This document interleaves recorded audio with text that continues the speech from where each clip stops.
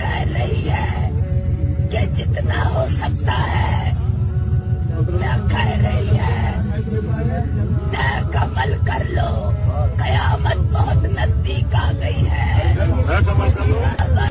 দাব্বাতুল আরদ, জমিন থেকে একটা অদ্ভুত প্রাণী বের হবে যে মানুষের সাথে কথাবার্তা বলবে। এটা হাদিসে আছে, কিন্তু তা আমরা এখন নিঃসন্দেহে 90% মানুষ বিশ্বাস করবে না। এবং যারা একটু বেশি চেতনাধারী তারা বলবে যে মোল্লা মুন্সিদের কথা শোনো, প্রাণী বলে আবার কথা বলবে। কিন্তু হ্যাঁ, এই কথাটাই যদি নাসা বলে যে হ্যাঁ একটা প্রাণী আছে পৃথিবীর গভীরে, সে অচিরেই বের হবে এবং কথা বলবে, দেখবেন সবাই বিশ্বাস করছে। দেখেন চিন্তাগত শিরকটা দেখেন।